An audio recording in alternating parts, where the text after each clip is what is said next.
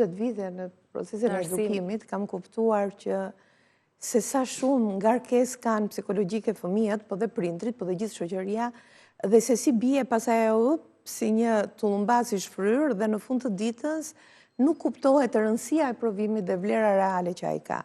Në fakt, po t'i referoheshim historisë, Napoleoni do thoshte më mirë 7 betejë se sa një provim. Vetë në thelbin e tij, fjala provim ka ngarkesë, ka emocion për arsye se ti do të jesh mirë me vete, do të jesh mirë me rezultatin, do të jesh mirë dhe me prindrit. Pra pritshmëria që të janë disa pritshmëri në disa nivele.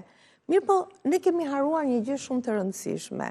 Si provimi Vanafit, që nuk është fare për fëmijët, po të shikohet... Këtë nuk e pranonin mësuesit kur ja do ta them unë me përgjegjësinë profesionale dhe si njeriu që ka bërë politikat në arsim dhe që e di, por fëmijët janë një mekanizëm që tregojnë deri ku tezat apo lëndët janë asimiluar, çfarë duhet rregulluar, pra është një provim që reflekton për të rregulluar kurrikulën.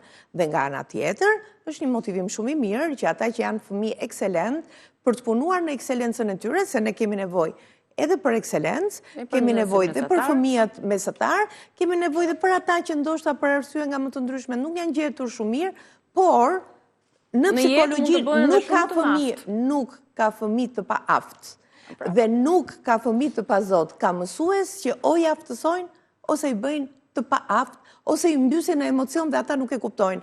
Dhe na tregon që jeta më pas, në gjithë historitë e njerëzimit, ai i 7-ës dhe i 8-ës ka arritur të bëj gjëra të tilla dhe ai 10-ës ka qenë shpiksi që ka ndihmuar këtë të 8-ës. Pra në provime është nota ajo që do përcaktoj të ardhmen e këtyre fëmijëve. Këtu dua të ndalem. Unë do propozoja që Ministria e Arsimit ta bënte provimin e maturës, dhe këtë kam shumë seriozisht dhe kam shumë të studiuar, jo me notë, po me përqindje. Ç'do të thotë kjo? Do ta shpjegoj vetëm shumë pak dhe pastaj të kaloj ke stresi. Fëmijët deri në klasën e kur mbarojnë para se ty në provimin e maturës, janë vlerësuar me notë në çdo vit, që do të thotë ai e ka marrë klasën. Në parimet që ai e ka marrë klasën, ai nuk mund të ngelet dot në maturë. Se i ka marrë të 3 klasët.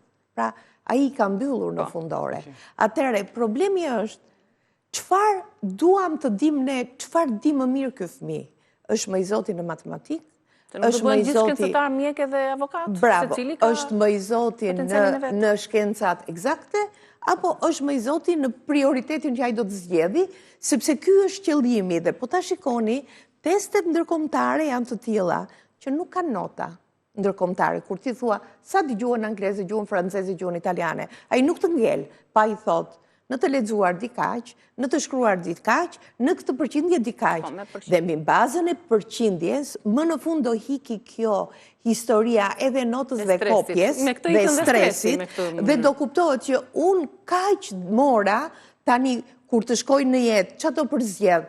Do shkoj një arsim dual, sepse sado që të bëj, këto tullat e mia kanë shumë boshllëqe dhe nuk arri dot, apo do shkoj në një që unë përqindja e rezultatit të asaj dijes është shumë e madhe dhe ja u garantoj që nëse do arrim të ndërtojmë këtë, dhe ky është propozimi që i shkon Ministrisë së Arsimit, do të çlirohet i gjithë niveli dhe ne do standardizohemi siç bëhet në të gjithë botën. Bota provimin përfundimtar e ka provim për të patur çfarë di. Në një bashkëbisedim që bënte një prind me fëmin, i tha, mamaja djalit more, i tha, po, janë provimet, i tha, e kuptoni, i tha, çfarë po bën? Muj mami, i tha, pse ke ti shqetësim? Këtu tani do dalë shqetësimin. Që do ta bënte rolin mami në këtë rast. Unë, i tha, di çfarë kam mësuar për 3 vite. Dhe unë jam i sigurt në atë që di. Dhe sado që të lëviz, do lëviz plus minus ke nota vjetore që kam nxjerr, o më shumë, o më pak.